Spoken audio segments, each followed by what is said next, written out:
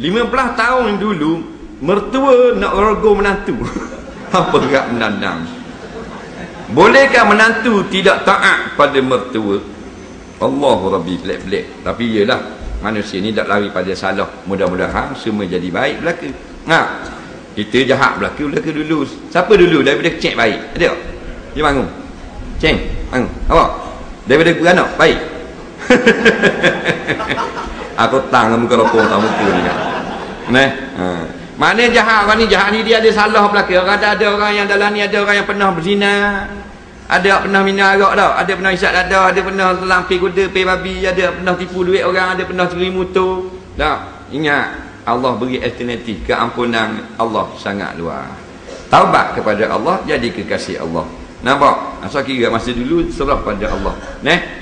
Kita kena berat harapan Allah ampunkan kita. Baik, dia tanya dah dulu pernah nak rogo dia, ni dia wajib taat dak tok tua tu. Tok tua pun ganah ni. Nak rogo nak tu. Jenis gini kalau makan telur dengan kulit-kulit bucah. Dengan kulit telur. Jawabnya, kalau dak rogo nak tak dak nak rogo menantu pun mertua dak wajib taat dengan baik. Dak wajib taat mertua. Dah benda wajib hormat. Dak lewat lebih kurang. Dak lewat biadab, dak lewat kurang ajar, dak lewat suara tinggi, dak lewat ngasar. Faham?